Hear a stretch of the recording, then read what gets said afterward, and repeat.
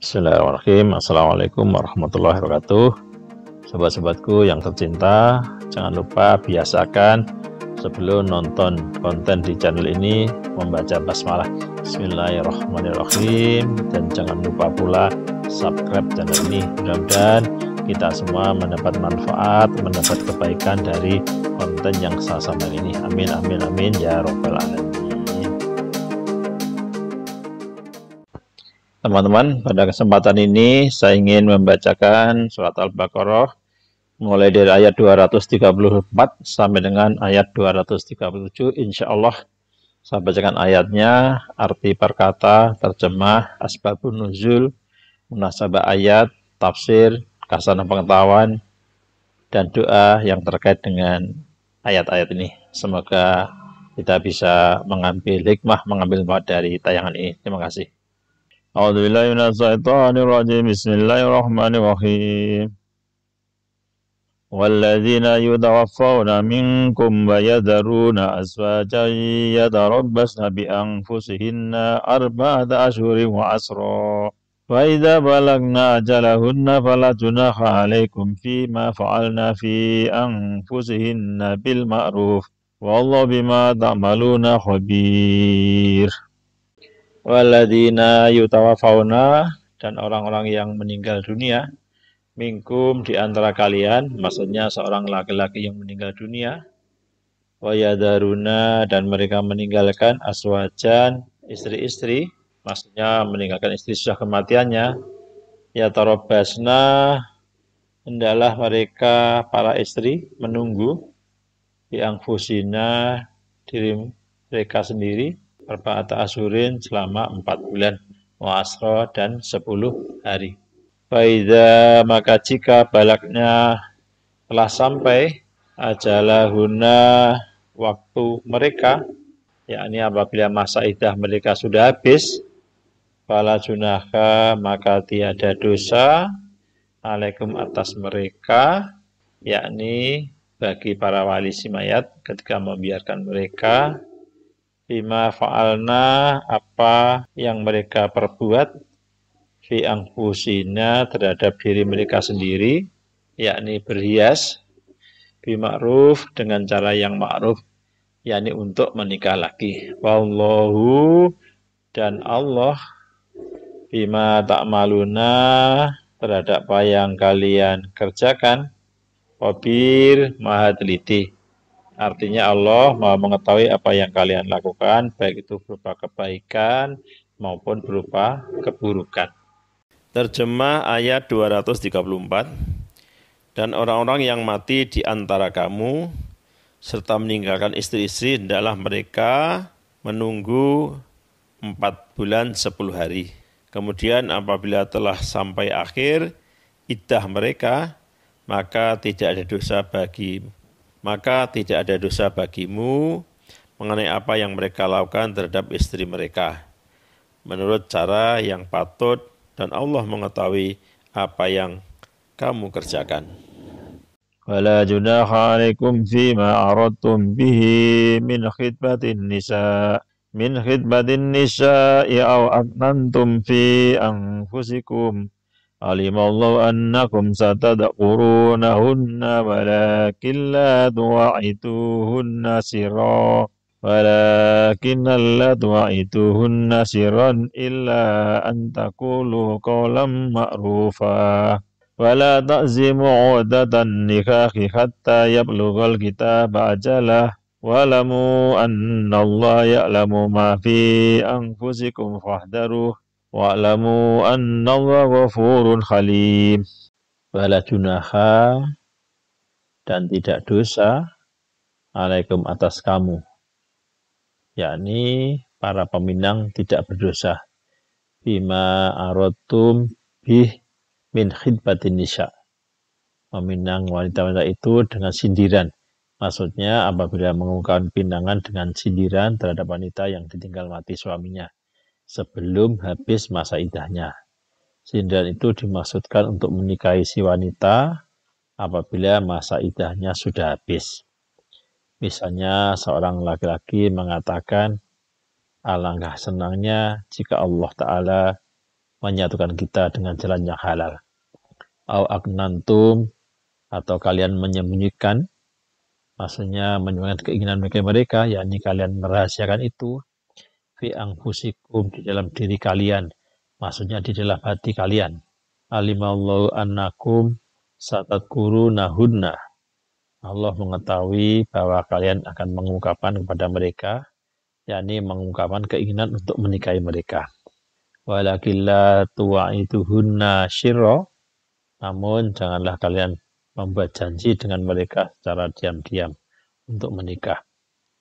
Illa antakulu qaulam ma'rufa, kecuali sekadar mengucapkan perkataan yang ma'ruf, yakni kata-kata yang jelas seperti ucapan di atas, tanpa tambahan kata lain. Wala ta'zimu, dan janganlah kalian memaksudkan, yakni janganlah kalian melaksanakan uqdatan nikahi hatta yablughal kitabu ajallah, maksudnya melaksanakan nikah sebelum ketentuan sampai pada batas waktunya, yakni sebelum masa iddah mereka habis. Wa'lamu annallaha ya'lamu ma fi anfusikum, dan ketahuilah bahwasanya Allah mengetahui segala apa yang ada dalam diri kalian, yakni yang ada dalam hati kalian. Apakah kalian menunaikan atau menyalahi apa yang kalian katakan. Fahdaruhu, oleh karena itu hendaklah kalian takut kepadanya, yakni hendaklah kalian berhati-hati jangan sampai mendurhakainya. Wa'lamu, dan ketahuilah anallaha, sesungguhnya Allah ghafurun, Maha Pengampun. Maksudnya memberi pengampun terhadap orang-orang yang bertobat kepadanya dari kedurhakaan. Halim, lagi Maha Penyantun, dengan tidak menyegerakan hukuman terhadap orang-orang yang durhaka kepadanya. Terjemah ayat 235, dan tidak ada dosa bagimu meminang perempuan-perempuan itu dengan sindiran, atau kamu sembunyikan keinginanmu dalam hati. Allah mengetahui bahwa kamu akan menyebut-nyebut kepada mereka, tapi janganlah kamu membuat perjanjian untuk menikah dengan mereka secara rahasia kecuali sekadar mengucapkan kata-kata yang baik. Dan janganlah kamu menetapkan akad nikah sebelum habis masa iddahnya. Ketahuilah bahwa Allah mengetahui apa yang ada dalam hatimu, maka takutlah kepadanya dan ketahuilah bahwa Allah Maha Pengampun, Maha Penyantun. La junaha alaikum in talaqtumun nisaa ma lam tamassuhunna aw tafridu lahunna faridata wa matti'unna 'alal musi qadaruhu wa 'alal muqtiri qadaruhu mata'am bil ma'ruf haqqan 'alal muhsinin. La junaha, tiada kewajiban, alaikum, atas kalian, maksudnya membayar mahar, yakni tidak menjadi dosa bagi kalian.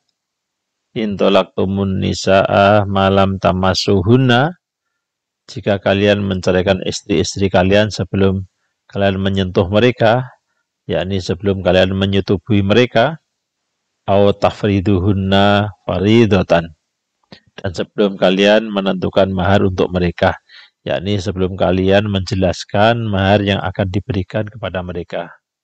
Wa matti'uhunna, dan hendaklah kalian memberikan sesuatu mut'ah atau pemberian kepada mereka, yakni mut'ah perceraian. Alal musi'i qadaruhu, orang-orang kaya menurut kemampuannya, yakni orang kaya sesuai dengan kemampuan hartanya. Wa alal muqtiri qadaruh, dan orang yang miskin menurut kemampuan pula, yakni kemampuan hartanya. Mata ambil ma'ruf, sebagai pemberian menurut yang patut, yakni lebih besar daripada pemberian mahar orang biasa, atau sekurang-kurangnya berupa pakaian yang biasa dikenakan di rumah seperti kerudung dan sebagainya. Hakon alal muhsinin, hal itu merupakan ketentuan bagi orang-orang yang berbuat kebajikan, yakni merupakan kewajiban bagi orang-orang yang bertauhid, sebab mut'ah itu merupakan pengganti mahar yang belum disebutkan. Terjemah ayat 236, tidak ada dosa bagimu jika kamu menceraikan istri-istri kamu yang belum kamu sentuh atau campuri atau belum kamu tentukan maharnya. Dan hendaklah kamu beri mereka mut'ah bagi yang mampu menurut kemampuannya dan bagi yang tidak mampu menurut kesanggupannya, yaitu pemberian dengan cara yang patut dan merupakan kewajiban bagi orang-orang yang berbuat kebaikan. Wa in talaqtumuhunna min qabli an tamassuhunna wa qad faradtum lahunna faridatan fanisfu ma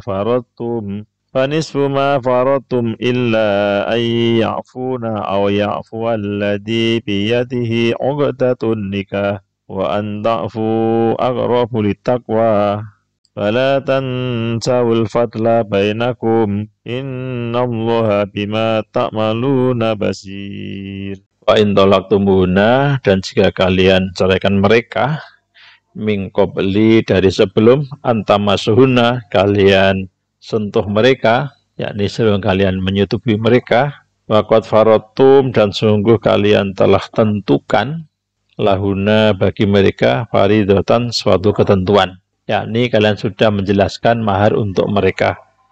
Fanisfu, maka bayarlah setengah, ma faradtum, apa yang kalian tentukan, yakni hendaklah kalian memberikan setengah dari mahar yang telah kalian sebutkan.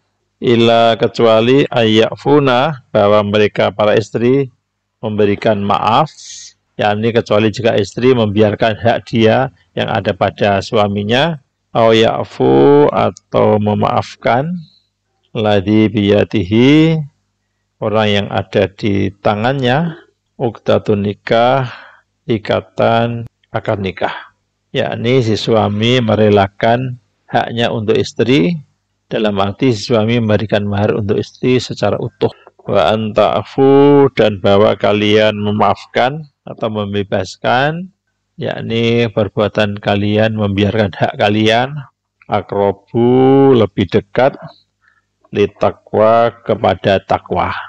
Wala tansaul, dan jangan kalian melupakan, fadla, kebaikan, bainakum, di antara kalian. Yakni Allah Ta'ala memperingatkan suami dan istri, jangan sampai satu sama lain saling mengabaikan keutamaan dan kebaikan. Innallaha, sesungguhnya Allah, bima ta'maluna, dengan apa yang kalian lakukan, basir, melihat. Artinya apakah yang dilakukan kebaikan maupun keburukan, Allah tetap melihatnya. Terjemah ayat 237, dan jika kamu menceraikan mereka sebelum kamu sentuh atau campuri, padahal kamu sudah menentukan maharnya, maka bayarlah 1/2 dari yang telah kamu tentukan, kecuali jika mereka membebaskan atau dibebaskan oleh orang yang akad nikah ada di tangannya. Pembebasan itu lebih dekat kepada takwa. Dan janganlah kamu lupa kebaikan di antara kamu. Sungguh Allah Maha melihat apa yang kamu kerjakan. Munasabah ayat talak sebelum dukhul atau bercampur. Pada ayat yang lalu telah dijelaskan masalah-masalah istri yang ditinggal mati oleh suaminya. Dalam ayat ini diterangkan hukum mengenai pembayaran mas kawin bagi istri yang dicerai sebelum dukhul. Surat Al-Baqarah ayat 236 sampai dengan 237.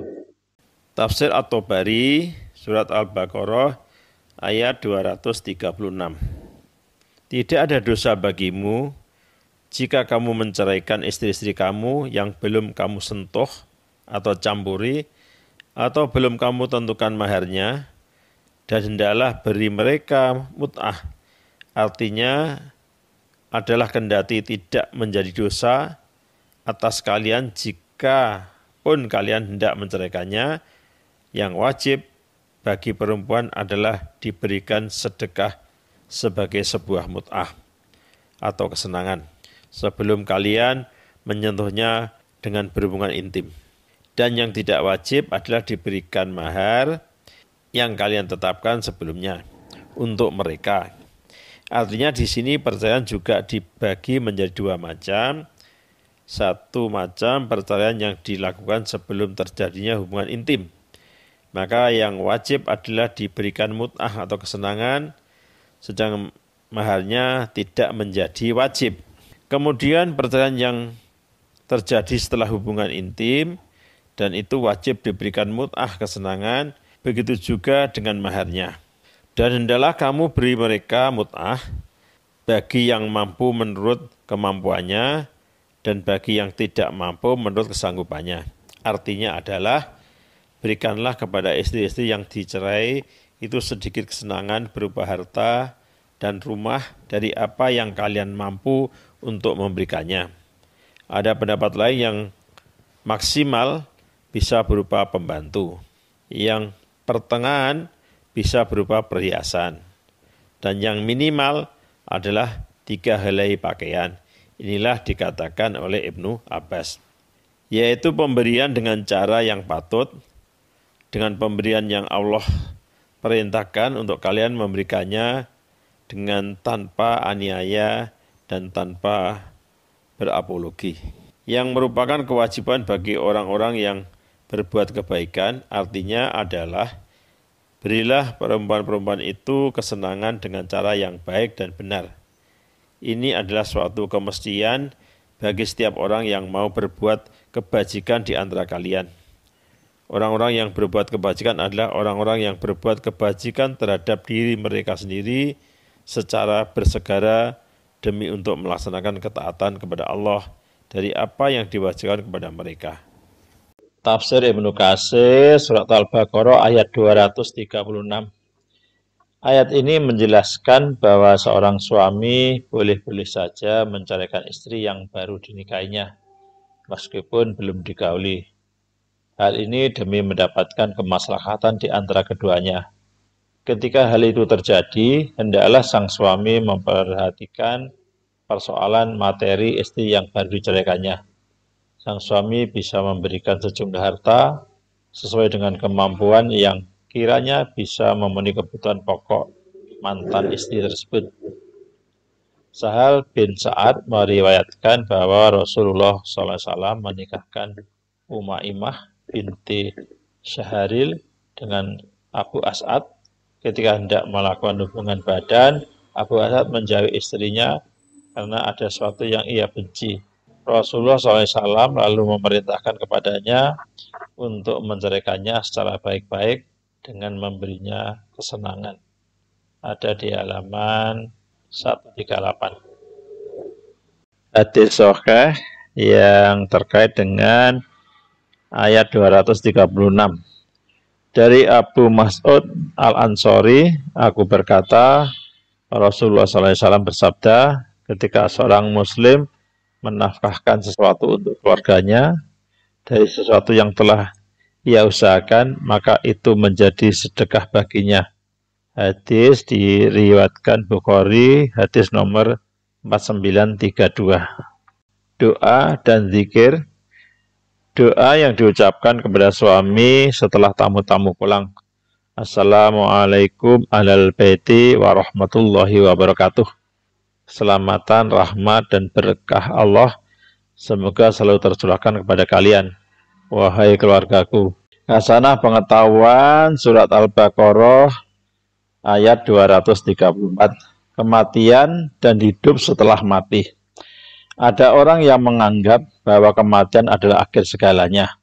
Padahal kematian hanyalah jembatan antara kehidupan di dunia dengan hidup di akhirat. Kematian seolah pintu gerbang kehidupan setelah mati. Di seberang pintu gerbang ini, yaitu kehidupan di akhirat, kita akan memasuki surga atau neraka tergantung pada iman kita yang murni pada keesaan Allah dan ridha Allah atas amal perbuatan kita di dunia ini. Kematian hanyalah akhir dari suatu jangka waktu. Kematian sama dengan membunyikan bel di sekolah yang menandai berakhirnya ujian. Allah memberi jangka waktu yang berbeda untuk menguji setiap manusia. Ada yang beri waktu 30 tahun, ada pula yang menikmati hidup selama 100 tahun. Seperti halnya Allah memutuskan tanggal lahir kita, yang merupakan awal ujian kita. Allah memutuskan pula waktu berakhir jangka waktu tersebut. Dengan kata lain, hanya Allah yang tahu pada umur berapa kalian akan meninggal. Bagaimana seharusnya kita memikirkan kematian? Kematian yaitu berakhirnya masa ujian kita di dunia ini. adalah sumber kebahagiaan dan kenikmatan bagi orang beriman.